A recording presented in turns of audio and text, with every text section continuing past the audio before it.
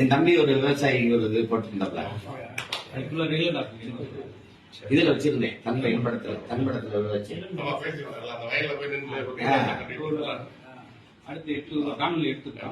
பெரிய அறிஞர். அதாவது இந்த நகைச்சுவை வந்து ஒரே இதை திருப்பி திருப்பி சொல்றது இல்ல, அதுக்கு பெரிய தேடல் வேணும்ல.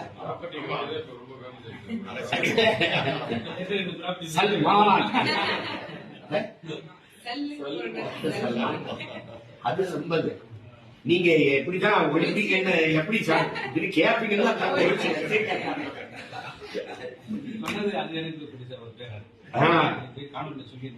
சொன்னேன்.